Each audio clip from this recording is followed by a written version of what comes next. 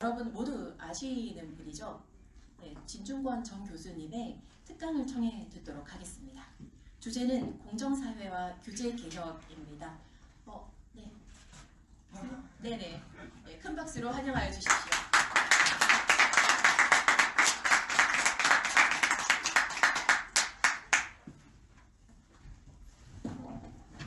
안녕하세요. 반갑습니다. 반갑습니다. 일어나서 먼저 좀 하시고 이렇게 하면 되죠? 네. 사실은 이 자리 안 나오려고 몇 번 뺐는데 김광태 선생님 자꾸 강요해가지고 제가 나오게 됐고 봐요. 제가 이 자리에 적합한 사람인가 여기에 대한 좀 생각을 좀 해봤거든요. 그래서 아무래도 안 적합한 것 같고, 왜냐하면 저 이제 좌파잖아요. 좌파가 늘 강조하는 게 시장에 대한 적절한 민주적 통제를 강조하는 사람, 규제개혁 풀자고 자기에 와도 되는 이런 생각을 좀 많이 해봤습니다.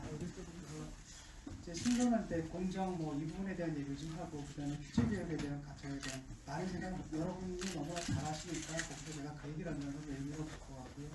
거기에 대한 제 생각 간략히 붙이고, 그다음 당은 제가 만들어 봤거든요. 조그만 당. 그래서 거기에 따른 이제 어려움들, 그 다음에 그에 따른 보람들, 이런 얘기를 간단히 하는 것으로 마치도록 하겠습니다. 박근혜 시절이죠. 한때 그 책이 베스트셀러가 됐는데 기억나실 겁니다. 마이클 샌델 교수가 쓴 정의란 무엇인가. 그게 전 세계에서 우리나라에서만 베스트셀러가 됐거든요. 마이클 샌델이라는 분이 정치 철학자로서 인류가 아니고 자기 이론을 가진 분도 아닌데 갑자기 우리나라에서 이 책이 베스트셀러가 됐어요. 왜 그런가?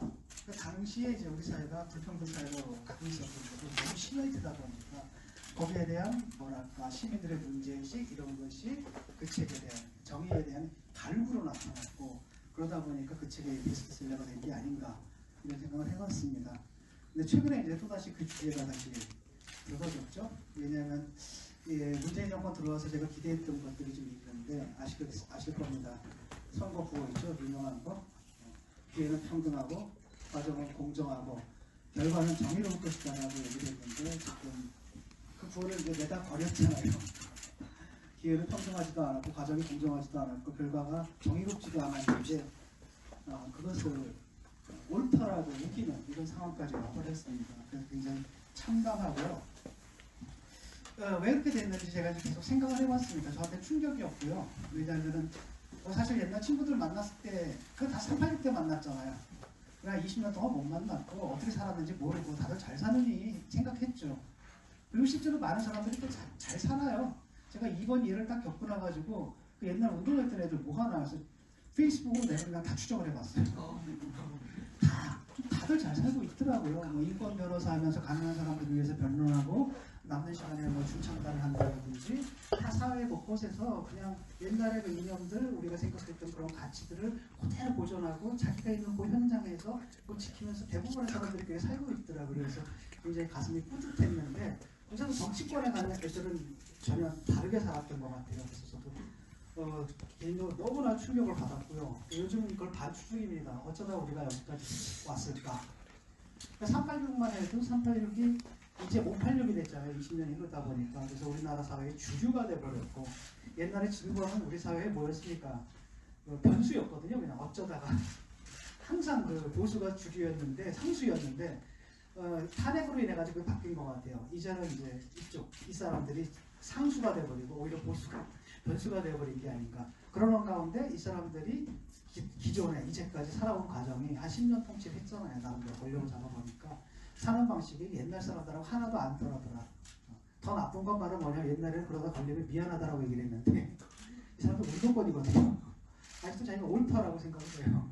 그러니까 우리 나보고 잘못했다 그러면 니들이 잘못 생각한 거다. 이렇게 나오니까 뻔뻔함이 하나 더해지지 않았나 이런 생각까지 듭니다. 근데 보면은 저는 충격을 받았던 게 뭐였냐면은 자식 교육에 대한 뭐랄까 광적인 집착 있잖아요. 난 이해가 안 가더라고요. 저는 우리 애가 있는데 애가 그냥 공부 좀 못하거든요. 못하면 어때요? 그냥 살게 놔둬야 되는 거고. 그리고 어렸을 때 그렇잖아요. 우리가 부모가 공부 열심히 하라 해서 열심히 합니까? 안 하잖아요. 그 청소년 안 해본 것 같아서 저는 공부하는 얘기가 소용없다는 걸 알고 있기 때문에 아예 시키지도 않았거든요. 그리고 잘 살아요. 애가 또 친구들 많고 잘 살고 그럼 됐지. 그러니까 보니까 의전원, 법전원 그 전형적인 욕망들이잖아요. 그리고 그걸 갖다가 정상적인 방법으로 실현하면 괜찮은데 애들 보니까 실력도 안 되더라고요. 그러니까 법전원 원래 계속 떨어져가 정형외과 가는 거고 의전원도 계속 떨어지다가 그 빽해가지고 글로 간 거잖아요. 그러니까 애들 몫이 아닌데 그걸 갖다가 정말 불법과 편법과 이걸 다 동원해가지고 그렇게 해야 되는 그 부모의 욕망들을 보면서 명색의 사회주의자인데 그 욕망 자체는 굉장히 자본주의적이고 그 자본주의도 원래는 뭐 기본적인 게 바로 뭐야? 공정이잖아요. 자본주의적인 것도 아닌 겁니다. 천민자본주의죠, 정말. 천민자본주의고 이건 뭐 자본주의 이전 현상이라고 저는 생각을 합니다. 사실은 보세요. 세습하는 거잖아요, 자기들의 위치를. 세습해서 강남에다 빌딩 사고 그걸 가지고 내가 부모가 누렸던 그 위치, 그 좋은 위치를 애들한테 불법과 편법, 원래 실력이 안 되는 애들인데 그 자리에 올려놓은 거잖아요. 그래서 물려주겠다는 거고 최근에 나온 그 문석균 씨 사건도 아니 지역구로 물려줘요. 이거 현역의원. 이거 일본에서만 있었던 얘기인데 일본에서는 그 영주처럼 생각하잖아요. 그렇죠. 지역구가 영주잖아요, 공권력이. 그래서 영주가 세습하듯이 물려주는 그런 문화가 한국에까지 오나 이런 걸 봤고 그다음에 좌우가 또 다르지 않잖아. 저쪽도 나경원 씨도 사실은 정도 차이지 같은 일을 하는 거고 저 사람들은 저 위에 앉은 사람들은 저러고 사는구나 라는 걸 깨닫게 된 겁니다. 근데 문제는 이런 식으로 되면은 우리 아이들이 기회를 빼앗기잖아요. 그래서 저는 이것은 조선시대보다도 못한 거라고 보거든요. 왜냐하면 조선 말기에 망가진 거지 사실 조선 초기는 되게 혁신적인 정권이었잖아요. 왜냐하면 귀족 사회였거든요. 옛날엔 다 높은 자리에 오르는 게 그 고귀한 혈통을 탄 애들만 올라갔단 말이죠. 그쵸? 신라시대 때는 골품제가 있었고 혈통이었단 말이에요. 그걸 없앤 게 조선시대거든요. 그래서 최소한 뭐냐 과거예요. 누구나 시험 봐가지고 실력 있는 애들을 등용했던 거죠. 그게 조선시대 때도 그랬는데 우리 사회가 사실은 조선시대 이전으로 돌아가는 거예요. 보게 되면은 그 조민인가 얘가 이렇게 보면 결국은 성적으로 붙은 게 아니라 스펙으로 붙은 거잖아요. 근데 그 스펙의 모든 게 다 위조예요. 그 다음에 그 위조를 하는데 온갖 사람들이 다 동원됐는데 그게 또 운동권 맥락이더라고요. 민변 뭐 이런 사람들이 그 정의를 외쳤던 사람들이. 그래서 도대체 이게 뭔가 이런 생각이 듭니다. 문제는 뭐냐면 그래서 그렇게 잘하는 애들이 놀랬던 게 뭐냐면 애들이 애들한테 어떻게 거짓말을 시켜요. 자기 아이한테. 근데 아이도 뻔뻔하게 거짓말을 하고 그 멘탈이 부모 못지 않더라고요. 멘탈이. 애들은 그게 문제인지 모르는 거예요. 그냥 전혀. 문제인지 모르고 그냥 그걸 당연하게 알고 살아온 거죠. 그러니까 걔네들한테는 억울한 거예요. 그게. 아니 뭐 나들 다 그렇게 살고 있는 거 아니야? 근데 왜 나만 갖고 그래? 뭐 이런 거예요. 그래가지고 이렇게 잘하는 애들이 이제 부모 덕에 그 자리를 차지할 거 아니야. 사회 높은 자리 차지해서 거기서 결정을 내리게 된다고 한다면 도대체 사회가 어떻게 될 것인가 이런 생각이 듭니다. 자, 도대체 저는 이제 성산동 살고 있어요. 성산동 살고 있고 연남동 딱 붙어가지고 연남동에 이제 집값이 또 비싸져가지고 이렇게 밀려서 성산동까지 갔는데 그 재밌는 현상은 바로 뭐냐면 저를 따라와요. 상권이 계속 이렇게 들어가는 거예요. 어떤 현상인지 아시죠? 이른바 젠트리피케이션이라고 그러는 겁니다. 그래서 여기서 보면 처음에는 굉장히 그 젊은 애들이 얼마나 아이디어가 많아요. 그 창의적인 아이디어를 가지고 아주 아기자기한 그 가게들을 막 만들거든요. 그래서 거기 이제 사람들이 막 꼬이게 되면 집값이 오르잖아요. 애들이 창의성을 발휘하는데 그게 어디로 가게 되냐면 애들 집값 올려주는 데 방세 내는데 월세 내는 데로 이제 가게 된다는 거죠. 그럼 아이들의 그런 창의성의 열매를 누가 따먹는 겁니까? 건물주가 따먹는 거잖아요. 그래서 계속 이렇게 밀려오는 걸 보게 되면서 도대체 이런 사회 속에서 창의성에 살아남을 수 있겠는가 이런 문제의식을 갖게 되는 겁니다. 그래서 그 건물을 산다는 것도 한번 생각해 보세요. 욕망. 강남에. 그것도 결국은 그 얘기잖아요. 그렇죠? 그러니까 노동을 해가지고 소득을 얻는 게 아니라 일하지 않고도 그 소득을 먹고 살 수 있는 사회가 그들의 이상인 거예요. 그러니까 그걸 꿈으로 갖고 있는 사회라는 게 강남에 건물 사는 것이 꿈인 사회에 도대체 어떤 희망이 있겠는가. 그러니까 보게 되면 결국은 이건 사회 지도층이라는 사람들이 보게 되면 그냥 기생충이에요. 그냥 기생충이죠. 그걸 더구나 당연하게 생각을 하는 거잖아요. 그 기생충을 갖다가 숙주를 물려주는 거예요. 자기 자식들한테. 사회라는 숙주를 갖다 물려준다라는 거죠. 그래서 더 슬펐던 건 뭐냐면은 이게 이제 그런 사람들 오케이 뭐 그렇게 살아라. 너희들은 어차피 그렇게 살아왔고 옛날도 그렇게 살아왔고 지금도 그렇게 살고 있으니 앞으로도 그렇게 살 것이다. 오케이. 문제는 뭐냐? 그 사람들만 그런 게 아니라 서초동에 모여가지고 사랑해요 이러잖아요. 이걸 보면 뭐냐면 나도 조국이다가 구호더라고요. 그러니까 조국이 그 사람들만이 아니라 다들 조국이에요. 저도 이제 충격을 받았던 게 옛날에 술 먹으러 대학 동창들 만나서 술 먹으러 갔어요. 요즘 무서워요 이제. 어휴, 얘가 좀비인가 아닌가 무섭거든요. 말 잘못하면 막 덤벼드니까. 아니나 다를까 하나가 좀비더라고요. 막 덤벼들고 그 다음에 또 한 친구는 거기까지는 아닌데 서초동 집회에 자기도 갔었다 그러더라고요. 그래서 그 친구랑 얘기가 좀 돼요.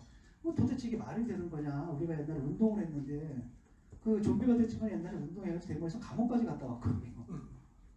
서민을 위해서 민중을 위해서 감옥까지 갔다 온 애가 어떻게 정경심 사랑해서 할 수 있는지 난 이해가 안 된다. 그랬더니 하는 얘기가 뭐냐면 나도 우리 아이 외고 보낼 때 서류 조작했다는 거예요. 그러니까 그게 이제 양해가 되는 거죠. 그런 식으로 양해가 되고 그러다 보니까 이 사람들이 갖고 있는 도덕이다라는 게 만인의 도덕이 돼가지고 그게 우리는 이제 상식적으로 그렇게 생각하잖아요. 그건 잘못된 거다라고 생각을 하는데 이게 도대체 잘못됐다는 생각 자체가 없어져 버린다는 거죠. 그게 이제 문제인 것 같습니다. 그래서 제가 문제 삼는 건 이제 그런 거예요. 사람들하고 얘기하기가 힘들어진 거예요. 왜냐하면 우리가 얘기를 하려면은 공유하는 게 있어야 되는 합의하는 게 있어야 되잖아요. 그렇죠? 합의하는 바탕이 있어야 되는데 그걸 보통 우리가 뭐라 하냐면 커먼센스라고 하죠. 공유하는 커먼센스라는 게 있고 커먼센스가 있어가지고 커먼센스에 비춰서 네 주장이 옳으니 내 주장이 옳으니 따질 수 있는데 이 커먼센스 자체가 지금 없어진 겁니다. 그럼 커뮤니케이션 자체가 안 되거든요. 예를 들어가지고 2 더하기 2는 4다라고 우리가 받아들여야지 그 다음에 산수도 하고 수학도 하고 채점도 하고 시험도 보는 거잖아요. 근데 2 더하기 2가 4라는 걸 이제 증명을 해야 돼요. 지금 이런 상황이거든요. 그러니까 내로남불이 나쁘잖아요. 내로남불이 왜 나쁜지를 얘기를 해야 됩니다. 그러니까 이렇게 된 상황이기 때문에 좀 황당하다라는 겁니다. 그래서 결국은 사회의 윤리 기준이 망가지잖아요. 그럼 뭐가 망가지냐면 논리가 망가져요. 왜냐하면 이 사람들이 말도 안 되는 걸 부당한 걸 뭘로 만들어야 돼요? 정당한 걸로 만들어야 되잖아요. 거기서 이제 억지를 쓰게 되고 궤변을 쓰게 되는 겁니다. 그래서 뭐 증거인멸이 증거 보존이라는 등, 그 다음에 대리 실험이 뭐 오픈북이라는 등, 뭐 이런 식의 얘기들이 막 나오는 거죠. 그래서 저는 이게 좀 뭐냐? 이거는 진보냐 보수의 문제는 아니잖아요. 그렇죠? 여당이냐 야당이냐의 문제도 아니고 도대체 우리 아이들한테 어떻게 이런 게임 규칙을 그렇잖아요. 거기서 결국 그러니까 정글의 왕국이잖아요. 그렇죠? 동물의 왕국이고 정글이잖아요. 규칙이고 뭐가 아무것도 없다. 윤리도 없고 논리도 없고 그럼 오로지 뭐만 남게 되면 물리량만 남는 거예요. 그러니까 사람들이 논리적으로 대결하는 게 아니라 쪽수 대결을 하잖아요. 서초동에 30만, 광화문에 100만. 그러니까 논리를 물리로 그 다음에 강한 자가 이기는 게 정의다라는 거예요. 그러니까 저 사람들이 생각하는 게 옳으냐 그르냐를 따지는 게 아니라 이겨야 되는 거예요. 이기면 모든 게 정당화된다 이렇게 되는데 그렇게 되면 결국은 공정성이라는 건 사라지는 거잖아요. 정당한 경쟁이라는 건 없는 거고 항상 그 강한 자의 자식들이 항상 승리할 수밖에 없는 거고 그들이 무엇이 옳은지 그렇죠? 무엇이 선한지 악한지 무엇이 옳은지 그른지를 정의를 하는 거예요. 일단 자기들이 하는 건 모두 다 옳은 거죠. 그렇죠? 거기 맞춰가지고 모든 걸 재단을 해버리면서 사회의 선악의 기준과 도덕의 기준, 그 다음에 논리의 기준 자체가 바뀌어버리는 이런 상태가 와버리는 겁니다. 그러니까 너무 진영 논리가 이렇게 돼가지고 중간이 이제 없어졌어요. 그래서 요즘 무서워요. 진짜 사람들 만날 때마다 이 사람은 어떤 사람인가. 그러니까 오랜만에 사람 만나기 힘들어요. 그냥 그동안 만났다라고 대충 알잖아요. 성향들을. 근데 오랜만에 딱 만나면 얘가 어떤 생각을 갖고 있을지 무섭습니다. 이게 어떻게 된 거냐면 한편으로는 이제 국가주의가 있었던 것 같아요. 옛날에는 이제 국가주의 이념이 있었잖아요. 집단주의, 전체주의. 옛날에 우리 초등학교 때부터 그렇게 배우고 자랐잖아요. 그렇죠? 우리는 민족중흥의 역사적 사명을 띠고 있다고 태어났잖아요. 그렇죠? 그 다음에 국론, 통일, 그렇죠? 민총화 이런 식의 전체주의로 집단주의적 하고 여기에 이제 반항했던 거, 대항했던 게 우리 같은 386 세대인데 우리는 이제 민족주의적인 이걸로 대항하고 여기도 집단주의예요. 어차피. 그랬는데 그 전에만 해도 그 전 대통령은 이제 김대중 대통령하고 노무현 대통령은 이분들은 자유민주주의라는 확실한 철학이 있었어요. 그래가지고 이 사람들이 뭐냐면 386을 데려온 거죠. 386을 데려왔어도 이분들이 통제가 된 거예요. 그런데 이 386이 이제 그래서 이 두 분은 가셨죠? 486이 이제 586이 된 겁니다. 주류가 되다 보니까 자유민주주의 원칙에 어긋나는 이런 이상한 짓들을 하게 되는 거고, 지금 보면은 이 사람들 사고방식이나 하는 방식이 옛날 운동권 방식이거든요. 이 리버럴리즘이 아니에요. 자유주의가 아니에요. 그러니까 막 뜨악한 일들이 막 지금 벌어지고 있는 거죠. 그래서 결국은 두 개의 전체주의가 지금 막 붙는 가운데 중간이 없잖아요. 왜냐하면 이 사람들은 저렇게 생각하거든요. 이쪽 사람들은 저를 뭐라고 생각해요? 빨갱이라고 생각해요. 김정은 비서 뭐 이런 식으로 청와대는 주사파 막 이렇게 생각하고, 이쪽에서는 저쪽 토차배고 뭐 이러는 거예요. 그러니까 빨갱이하고 토차배구는 토론이 안 돼요. 서로를 절멸을 해야 되는 거죠. 그러니까 청산해야 되는 거 항상. 그러니까 의견을 반박하는 게 아니라 존재를 청산해야 되는 겁니다. 그러니까 논리고 규칙이고 뭐 이런 게 필요 없는 거예요. 그냥 전투만 남는 거죠. 그래서 그 사람들 양쪽 다 어떻게 생각하냐면, 가장 이상적인 사회가 뭐냐면 되도록 많은 아군과 되도록 많은 적군의 시체, 이게 이상적인 사회가 되어버리는 겁니다. 그러니까 완전히 힘과 힘, 그냥 약육강식 뭐 이런 사고방식들이 사로잡다 보니까 이제 공론의 장 자체가 파괴가 되는 겁니다. 그리고 공론의 장들도 아주 체계적으로 마비시켰어요. 제일 먼저 하는 게 지식인들 공격하는 겁니다. 입진보다. 쓴소리하는 사람들 공격하고, 그 다음에 기레기다. 그래서 언론 막 공격하죠. 이러다 보니까 쉽게 말하면 많은 지식인들이 무서워서 얘기를 못해요. 제가 문자를 엄청 받거든요. 그거 문자. 그러니까 저 같은 강 멘탈만 버티지. 웬만한 사람들은 그냥 문자 몇 개 받고 막 이렇게 폭격하면 이렇게 완전히 그 패닉 빠져버립니다. 그다음 심지어 기자들도 막 보내거든요. 그러니까 자기들이 하고 싶은데 못한다는 겁니다. 예를 들어 조그만 신문사는요, 구속을 다 끊어버린다라든지. 그러니까 타격이 크잖아요. 그러니까 오히려 신문 기자들이 뭐가 되냐면, 신문사에서도 자기 점검에 들어가는 거예요. 자기 검열에 들어가가지고 어쨌든 쟤들 심기 검열이 안 되게끔 자기 검열을 하는 겁니다. 그 다음에 말 한마디에, 유시민 말 한마디에 KBS 법조팀이 날아가 버리잖아요. 이 사람들이 사실을 말하는 요런 프로파간다 머신을 통해서 이걸 다 무력화시킨 다음에 그 권력과 대중 사이에 자기들이 딱 들어가가지고 권력을 스피커를 해버리면서 선동을 해버리는 거예요. 자, 그래서 이런 상황이기 때문에 이제 공정이라는 것을 말할 수가 없게 된 거죠. 공정인이 정인이 이런 것 자체가 말을 할 수가 없게 되는 겁니다. 공정인이 정인이 이런 건 약자들의 변명이에요. 쟤들은 이기는 자가, 승리하는 자가, 강한 자가 정인이거든요. 그러니까 무슨 수단과 방법을 써서라도 일단은 이겨야 되는 거예요. 이런 사고방식입니다. 참 상식적으로 생각해 보세요. 법무부 장관이잖아요. 문제가 있죠. 그럼 상식적으로 잘라야 되잖아요. 안 자르잖아요. 왜? 돌파하겠다는 거예요. 이기겠다는 거예요. 이겨가지고 뭐 이런 식의 사고방식을 하다 보니까 일단은 우리가 쌓아왔던 이른바 국회 청문회 제도를 가지고 쌓아왔던 그 기준들이 다 무너진 거예요. 옛날 장상 총리는 뭐 때문에 물러났습니까? 위원장을 하나 때문에 물러났는데 세상에 가족형이 20개에다 본인은 11개 안 물러나잖아요. 임명을 하잖아요. 자, 이런 사회가 제대로 기능하겠냐라는 겁니다. 그러니까 내가 사회주의자인데 사회주의자가 좀 자본주의를 걱정하고 있어요. 이래가지고 자본주의가 유지가 될 수 없죠. 아시죠? 아마 그 미국의 그 리무진주 아빠들 있잖아요. 조국을 강남좌파라고 하는데, 강남좌파가 미국으로 하면 리무진주 아빠잖아요. 수준차가 있어요. 예컨대 뭡니까? 옛날에 그 빌 게이츠 같은 사람 뭐라 그랬습니까? 그 상속세 폐지한다 그랬더니 반대하잖아요. 세금 내겠다 그러잖아요. 그래서 왜 그러냐라고 얘기. 그래야 자본주의가 유지됩니다. 이게 진짜 보수주의자예요. 전 그냥 기생충이잖아요. 그러니까 지금 생각해보니까 사회주의도 스펙이었던 거예요. 그냥 멋있잖아요. 이렇게 내가 강남 다녀서 서울대 나오고 뭐 어떻게 했는데 그럼에도 불구하고 좌파야 이런. 이거 외에는 아무것도. 그러니까 도대체 그 사회주의라는 게 굉장히 강력한 평등사상인데 그게 자기한테 아무런 그게 없는 겁니다. 이렇게 명찰 같은 거죠. 이렇게 스펙 쌓는. 그러니까 왜 위조대표 적장이에요. 이게. 본인이 이제 그렇게 살아가고 있는 겁니다. 자, 이렇게 만들어버리니까 지금 이제 왜 386 세대, 저는 그 전까지만 해도 막 젊은 세대들은 386 욕하는 게 이해를 좀 못했거든요. 아니, 우리도 힘들게 살았는데 쟤들 왜 우리를 욕하지? 이렇게 생각을 했는데 그들이 맞았던 거예요. 우리가 어느새 이제 기득권 세력이 돼버렸고, 그들이 볼 때는 뭐라 그랬냐면 우리한테 자꾸 기회를 뺏어간대요. 그래서 내가 언제 이 기회를 뺏었어? 나도 먹고 살기 힘든데 이랬는데 지금 딱 생각해 보니까 그게 맞는 것 같아요. 맞는 것 같습니다. 왜냐하면 솔직히 세상에 이제 이럴 때 정부 비판할 때도 있잖아요. 이러고 지금 잘못되고 있잖아요. 뭔가가 잘못되고 있죠. 진보 진영 전체가. 근데 그거 비판할 때 또 586이 나와야 되나?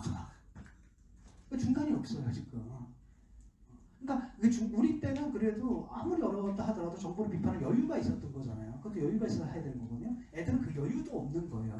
오로지 자기 생각만 하느라고 사회가 뭐고 여기에 대해서 생각을 갖다 무르익힐 시간도 없었고 여유도 없는 거예요. 그 상태까지 만들어버렸다는 겁니다. 그걸 딱 보면서 야 우리가 진짜 철저하게 그들을 착취먹었구나 이런 반성이 들더라고요. 그래서 꼭 모르겠습니다. 그럼에도 불구하고 그냥 젊은 세대들한테 우리를 죽여라 제발 좀 그렇게 요청하고 싶어요. 왜냐하면 우리가 지금 이러고 있으니까 너희들 혁명을 해야 되잖아. 우리가 지금 부당 기득권 세력이 돼가지고 너희들 기회를 다 뺏고 심지어는 이 기득권을 갖다가 우리 자기 새끼한테만 물려주려고 온갖 편법과 불법을 다 저지르고 있는 우리를 좀 죽여라. 붙인 사람입니다. 우리는 박정희를 죽였거든요. 그렇죠?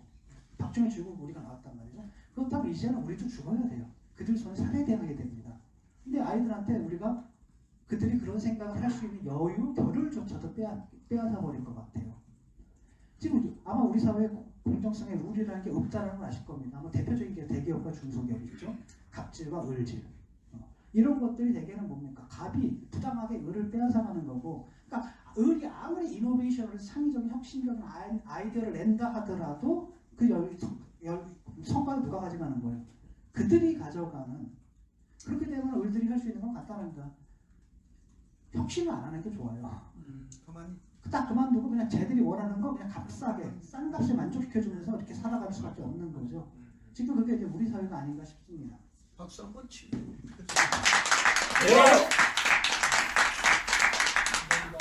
제가 진짜 걱정하는 건 뭐냐면 우파든 좌파든 간에 나라에 대한 걱정이 안 되나 봐요. 솔직히 저는 사회학자도 아니고 경제학자도 아니고요. 그다음 기술에 대해서 아무것도 모르고요. 경제에 대해서 아무것도 모르고 좀 경제가 없습니다. 그 사모펀드가 뭔가 내가 이해를 하려고 3일 밤새는데 모르겠더라고요. 그래서 김경일 변호사 만나가지고 과외 공부까지 받았거든요. 그래도 모르겠어요. 제가 어느 정도 하냐면 은행 가면은 이제 알죠. 막 여기 계좌에 있는 돈을 갖다 어떻게 하고 막 설명을 해요. 근데 못 알아들어요. 뭘. 한 10분 설명 듣다가 정기예금이요 이런 사람이거든요. 왜냐하면 내 돈을 갖다 내가 애써 번 돈을 갖다 내가 이해 못하는 어떤 메커니즘에 맡겨놓고 싶지 않아요. 그런 사람이라서 잘은 잘 모르겠습니다. 근데 인문학자들은 약간 시인과 같은 게 있어요. 잘은 모르지만 느끼는 게 있잖아요. 이게 뭔가 이렇게 느낌들이 있죠. 과학자들은 논증을 해야 되지만 시인들은 일단 그러니까 과학자들 늦어요. 왜? 논증이 끝나야지 그 사람을 발표할 수 있지만 시인들은 논증의 책임은 없기 때문에 일단 뭔가 좀 이상하다는 느끼죠. 누구보다 예민하게 느끼는데 인문학이 사실 과학과 그 시의 그 중간에 있잖아요. 그래서 느끼는 건 어떤 거냐면은 우리 사회가 정점을 찍었다 이렇게 생각을 해요. 예를 들어서 삼성이라는 기업은 제가 볼 때는 한국 사회, 그러니까 부정적인 의미와 긍정적인 의미 모두 합해서 한국 사회가 보여줄 수 있는 극한을 보여준 게 삼성이다. 그 다음에 뭔가 이게 잘 모르겠더라고요. 왜 그렇게 생각을 했냐면 제가 처음에 일본에 독일에 유학을 갔을 때 그때가 일본이 버블 경기의 정점이었잖아요. 그걸 봤거든. 일본이 광기를 봤거든요. 그러니까 한참 잘 나갔을 때 봤는데 도초에 막 스시집이 막 생기기 시작하고 독일 사람들이 비로소 처음으로 이제 손가락질을 배우기 시작을 해요. 그때. 그 다음에 일본 망가, 서점에 가면 일본 망가 코너 한 코너가 해요. 그 다음에 일본 아니메, 그 다음에 일본 영화들 있죠. 구로사와 아키라부터 그 유명한 감독들 영화들을 독일 사람들이 막 보고 그 다음에 다마고치 뭐 이런 거죠. 독일의 청소년들 다마고치 막 하고 있고 전자제품 상에 딱 가게 되면 소니, 뭐 파나소닉, 뭐 일본 제품들만 쫙 있는 거예요. 그걸 봤죠. 그래서 와 이제 일본의 정점을 달릴 때 그걸 본 겁니다. 그런데 요즘 독일에 딱 가잖아요. 그럼 일본 게 하나도 없더라고요. 일본 게 없고 오히려 BTS 뭐 이래요. 그 다음에 전자제품 딱 들어가면 삼성 아니면 LG, 그리고 애플 정도, 필립스 뭐 이런 정도가 들어와 있어요. 소니는 저쪽 구석에가 있고 이렇습니다. 근데 그게 뭐냐면 우리 사회가 제가 볼 때는 대충 한 10년, 20년의 터울을 두고 일본 사회를 쫓아가거든요. 근데 그 정점에 우리도 와 있는 것 같아요. 그 기생 중에 오스카와상을 딱 탔다라는 말을 들었을 때 제가 제일 먼저 떠오르는 생각은 바로 뭐였냐면 그래 봉준호 다음은 누군데? 봉준호, 박찬호 그렇죠? 이런 사람들, 이런 감독들이 다 386이에요. 586입니다. 그 다음에 떠오르는 감독이 있어요? 없죠, 이름이. 중간에 뚝 끊겨버린 거예요. 이게 도초에서 발견됩니다. 그래서 한국 사회가 정점을 달리다가 이게 계속 하향점을 터닝을 하고 있다는 느낌이 좀 들거든요. 그러니까 한국의 정치도 보게 되면은 민주주의가 계속 발전해 왔습니다. 하다못해 전두환 때부터 계속 발전을 해와요. 왜냐하면 전두환은 박정희식의 국가주의 경제를 뭘로 바꾼 거예요? 시장 위주로 바꿨잖아요, 나름대로. 그 다음에 연성화, 그 정권을 가서 연성화시킨 게 누군가? 노태우입니다. 나는 보통 사람이에요. 나 비판해주세요. 근데 북방 정책을 통해서 방공의대를 약화시켰고, 김영삼이 딱 들어와서 뭘 했냐면은 금융실명제하고 하나회 해체했어요. 하나회를 해체시키면서 한국의 민주주의를 비가역적인 과정으로 돌리고, 금융실명제를 도입했기 때문에 오늘날 우리가 이런 부정부패를 잡아낼 수 있는 거잖아요. 한국 사회를 투명하게 하는데 어떤 역할을 했습니다. 그 다음에 김대중 대통령 딱 들어왔고, 김대중 대통령 한국 사회를 산업사회에서 어디로 바꿔놓은 거예요? 정보화사회로 바꿔놓은 겁니다. 그 여러분 인터넷 기업 그때 다 만들어진 거잖아요. 그때 물론 이제 그때 벤처 이상한 돈 먹고 튄 사람들도 많지만 그럼에도 불구하고 그게 그때 다 만들어졌단 말이죠. 그래서 본인이 했던 얘기는 시식기밖에 없잖아요. 그리고 노무현 대통령은 뭐라 했냐면 위계적인 이런 소통, 커뮤니케이션 문화를 네트워크형 수평화. 대통령이 일개 검사랑 그 맞짱 토론 하잖아요. 그때가 토론의 전성기였던 게 기억나시죠? 웹 토론부터가. 사실 저도 그때 이제 된 거잖아요. 근데 요즘 토론 봐요, 여러분? 안 보죠. 이렇게 돼버린 거예요. 그 다음부터 이제 꺾여요, 이게. 이명박이 딱 들어오더니 이 정보화 사회를 뭡니까? 어디로 돌렸어요? 옛날에 고도성장 하겠다면, 고도성장 하려면 우리는 우리나라 경제를 중국 수준으로 만들었어야 되거든요. 그 수준이. 그걸 갖다가 삽질을 해버리면 돌려버리고, 박근혜가 들어와서는 경제적 토대만이 아니라 정치적 상부구조까지 자기 아버지 실로 돌려버린 거예요. 그래서 탄핵을 맞은 거죠. 더 이상 그런 모델로 한국 사회가 발전할 수가 없다는 게 탄핵 사건이에요. 그래서 다음 정권이 딱 들어와서 더 나아져야 되는데, 노무현 정권하고 지금 이 정권을 비교해보면 나아진 게 없어요. 훨씬 더 민주주의 정도는 떨어졌다는 생각이 들더라고요. 그 다음에 예를 들어가지고 내가 이제 이런 말 하면 학교를 그만둬야 되잖아요. 이명박 때는 그래서 그냥 잘라줬어요. 그러니까 폼도 나잖아요. 나 잘렸어. 이런 다음에 닭에 뭐가지 비틀어도 새벽은 온대 이렇게 폼도 봐야 되는데, 이건 내가 그만둔 겁니까? 잘린 겁니까? 그거 모르겠어요. 나도. 내가 그만둔 건가 아니면 잘린 건가를 잘 모르겠어요. 이런 식이에요. 그렇기 때문에 그 다음에 기자들이 무서워서 글을 못 썼잖아요. 언제 이런 적 있어요? 박근혜 정권 때, 이명박 정권 때도 이런 적 없었어요. 그러니까 윤석열 씨가 뭐라 그러니까 그때 이철희 의원이 들면 딱 하죠. 그래도 말이죠. 검찰에서 말이죠. 수사를 갖다 자유롭게 놔둔 정권이 어느 정권입니까? 다 자기라고 기대했는데 딱 윤석열 씨가 뭐라 그랬어요? 이명박 정권이요. 이게 현실입니다. 현실. 이렇게 돼버렸어요. 그래서 뭐 정치고 이런 게 정점을 찍고 한류만 빼고 나머지는 이렇게 정점을 찍고 이렇게 가라앉는다라는. 그 다음에 이제 아시겠죠? 우리 사회가 이제 고령화로 접어들었잖아요. 생산 가능 인구가 팍팍 줄어들 겁니다. 앞으로. 사실 위기 상황이거든요. 근데 이 위기 상황에 대한 인식들이 이제 거의 없는 것 같아요. 이 위기를 돌파하려면 어떤 전략들이 필요한데, 아마도 여러분들이 이 자리에 모인 것도 그것 때문에 모였을 거예요. 이게 뭔가 결국 혁신으로 돌파할 수밖에 없는 거잖아요. 그렇죠? 혁신으로 돌파할 수밖에 없는데 그 혁신을 가로막는 게 바로 뭡니까? 규제라는 거죠. 저는 모든 규제를 철폐한다는 데 찬성하지 않습니다. 왜냐하면 규제는 필요하기 때문입니다. 그런데 이제 이런 거예요. 그 타다라는 거 있죠. 이번에 보니까 무죄가 나왔더라고요. 저는 그걸 딱 한 번 타봤어요. 좋더라고요. 왜냐면 택시 탔을 때 그 느꼈던 그런 불편함들 있잖아요. 오늘 또 딱 타면은 이제 그 정치바가 있어요. 이렇게 막 말 걸어가지고 막 피곤하게 만드는 사람들 있죠. 되게 이제 태극기 부대 비슷한 분이. 와, 어떤 분은 이제 딱 보면은 카와 오디오로 막 찬송가가 막 흘러나와요. 이러면 미치겠죠. 막 등등등등등. 근데 이런 건 없이 그냥 깔끔하더라고요. 그냥 차도 깔끔하고 그냥 아무런 얘기도 없이 탁탁탁하고 모든 게 해서 이게 이제 하나의 서비스가 업그레이드가 됐다라고 했는데 뭐 이제 또 문제가 발생한 거잖아요.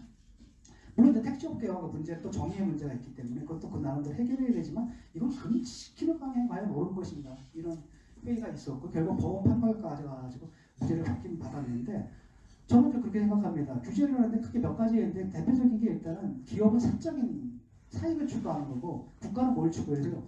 공익을 추구하기 때문에 사익과 공익이 충돌하는 부분에서 교제가 있어야 되는 거예요. 또 다른 한편으로는 형평성 문제 같은 게 있죠. 거기 타다라는 게 있고 저 택시 운전사들은 왜 택시 살 때 왜 있잖아요. 왜 사잖아요. 그 비용과 이 형평성 문제를 맞춘다든지 이런 부분 때문에 뭐 규제라는 건 필요한 것이고 또 다른 한편은 사회가 발전할수록 규제도 줄지는 않을 거예요. 왜냐하면 사회가 발전할수록 법도 많아지잖아요. 그 마찬가지로 늘 수밖에 없는데 문제는 뭐냐면 규제라는 것도 그렇고 법이다라는 것도 그렇고 항상 만들어진 거에 머물러 있는데 사회는 계속 발전한다는 거죠. 그러니까 여기서 이제 갭이 벌어지는 거죠. 갭이 벌어지는 거고 공무원들은 귀찮거든요. 공무원들이 뭐하러 앉아가지고 그냥 이것만 지키면 되는데 지금 갭이 벌어졌으니까 국회의원 찾아가서 이거 입법 이거 안 한다. 또 국회의원들도 귀찮아요. 자기들 돈한 멋있는 것만 무슨 사람 이름 다른 법 있잖아요. 이런 것만 언론발 받으시 이런 걸 중심으로 하지 관심이 없다 보니까 이게 벌어지는 겁니다. 갭이 벌어지는 거죠. 그래서 아마 여러분들도 추구하는 게 모든 규제를 없애자는 걸 추구할 것 같지는 않습니다. 다만 지금의 규제, 그다음에 지금에 있는 규제와 그다음에 이 규제를 만들고 푸는 이 방식 자체가 상당히 시대에 뒤떨어졌다 이런 점입니다. 이런 것들이 미래의 산업의 발걸음을 갖다가 막고 있다는 이런 문제의식일 겁니다. 그런 문제의식은 저도 공감을 하고요. 여러분들이 뭐 그런 대의를 가지고 이 자리에 모였으니까 앞으로 이제 열심히 그 부분을 통해 가지고 노력을 해주셨으면 하는 그런 바람이 있습니다. 그리고 이제 마지막으로 당 만드는 문제인데요. 여러분 그 각오하셔야 됩니다. 이거 쉽지가 않아요. 지구당 만들고 아마 이미 벌써 느꼈죠. 선관위에 전화해보면 안 돼. 무조건 다 안 됩니다. 그게 공무원이에요. 그러니까 무조건 전화하면 이거 됩니까라고 하면 100% 안 돼요. 그래서 결국은 우리도 나중에 선거운동을 다 포기했습니다. 왜냐면 처음에 진보운동이니까 순수한 사람들이죠. 순수한 사람이니까 뭐 하면 돼요? 안 됩니다. 뭐 하면 돼요? 안 됩니다. 뭐 하면 돼요? 이러니까 선거운동 자체를 못 하겠더라고요. 아예 못해요. 이 규제가 엄청 심해요. 이것도 개혁해야 되는데. 그래서 나중에는 안 하고 했어요. 귀찮아가지고. 이게 그런 식입니다. 그런 것도 부딪히겠고 그 다음에 한편으로는 이제 우리 때만 해도 우리는 그래도 굉장히 성실한 뭐랄까 희생적인 자기헌신적인 활동가들이 있었어요. 운동가들이니까요. 그런데 그렇기 때문에 우리가 정말 박봉을 가지고도 당에서 100만 원씩 받고 150만 원 받고 우리 민주노동 당의 의원들도 세비 반납했어요. 세비 반납하고 그 반을 갖다 정책 개발비로 썼어요. 이런 거죠. 이렇게 해왔습니다. 그래서 근데 이제 그럼에도 불구하고 굉장히 힘들었죠.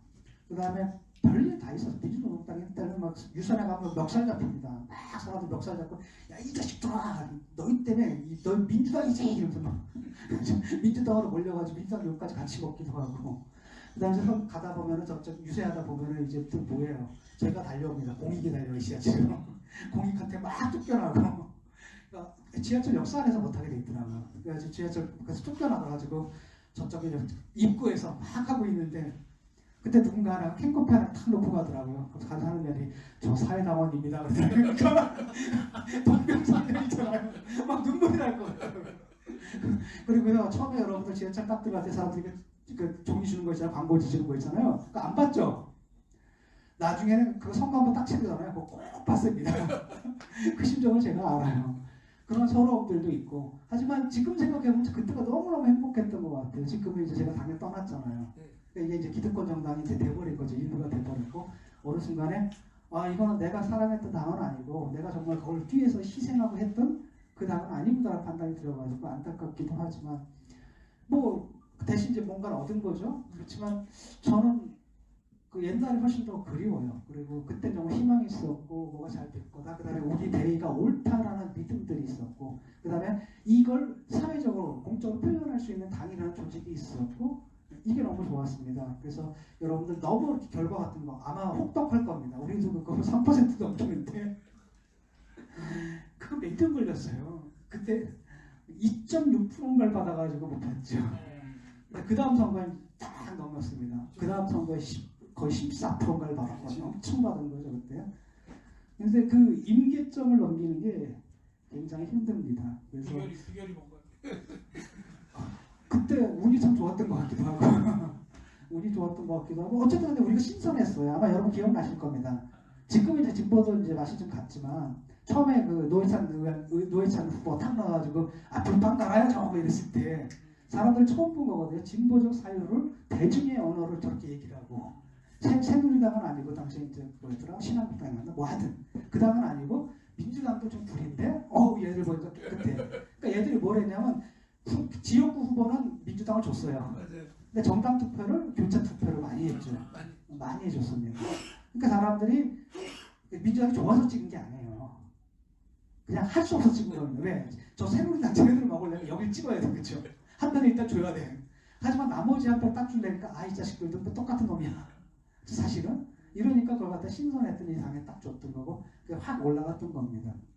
그래서 여러분들이 그 임계점을 돌파할 때는 상당한 많은 노력들이 필요하고요. 힘들 거고요. 그 다음에 하지만 그 임계점을 어느 순간인가 또 운도 좀 좋아야 돼요. 그때 운도 좀 따라야 될 필요가 있지만은 장기전에 대비하셔야 되고요. 그 다음에 그것을 즐거움을 하셨으면 좋겠어요. 우리 때는 그 힘들어도 즐거웠거든요. 왜냐면 내가 그때 어떻게 했냐면 그 대학에 강의를 다니는 강사였잖아요. 그래서 어떻게 했냐면은 늘 그 띠 있죠. 기호 4번. 기호 4번을 들고 학교를 다녔어요. 그러면 그걸 타고 버스를 타고 지하철을 타잖아요. 그렇죠? 지하철을 타고 그 다음에 지하철 딱 나오면 거기서 한 5분간 막 외치다가 생활 속에서 그걸 했거든요. 그걸 하면 굉장히 즐거웠어요. 그러다가 또 우리 길바닥에서 그 동지들 만나면 너무 반갑잖아요. 뭐 커피도 사다 주고 이러면서 이제 했던 것들. 그래서 어떤 생각이 같은 사람들이 모여가지고 뭔가를 한다는 것은 특히 이제 우리나라 같은 상황 속에서 굉장히 힘든 일이지만 대충 이번에 선거법 바뀌었잖아요. 어느 정도 선거법이 바뀌기 때문에 과거보다는 굉장히 기회가 좋아진 거예요. 상당히 기회가 좋아지고 어쨌든 그 3%를 돌파하는 것 이게 굉장히 중요한데 그때까지 굉장히 지난할 것이다. 그 다음에 많은 헌신적인 활동과 운동권이 아니기 때문에 아마 여러분들은 다른 방식으로 그 사람들을 만들어야 될 겁니다. 운동권은 달라요. 약간 종교조직 같은 데가 있거든요. 그렇잖아요. 교회에다 어떤 사람들이 성득이 10분의 1 갖다가 어떤 조직에 갖다 내는 사람들 있잖아요. 시장경제의 원리는 도저히 이해가 안 되는 거잖아요. 교회에서 받는 서비스보다 이게 너무 좀 다른 부분이 있거든요. 그런 약간의 그 이념적인 헌신성 이런 것들을 아마 여러분들이 기대할 수는 없을 거예요. 하지만 그 부분을 갖다 어떤 식으로 메꿀 것인가. 그리고 또 우리가 이제 제일 많이 활용했던 게 이제 온라인을 많이 활용했어요. 돈이 안 되니까 역시 온라인을 굉장히 많이 활용했고 그걸 통해서 많은 일들을 했던 걸로 기억합니다. 그래서 여러분들 창당을 뭐 축하드리고요. 아직 창당한 건 아니지만 창당 과정 축하드리고요.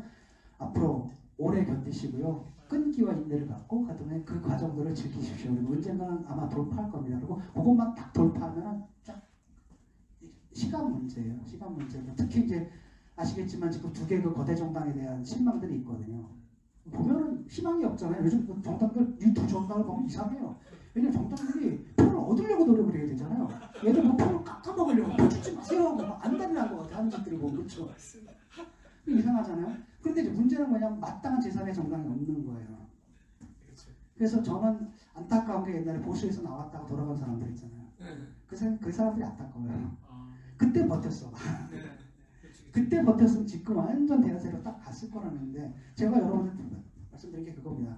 버텨야 돼요. 존버 정신이 있죠.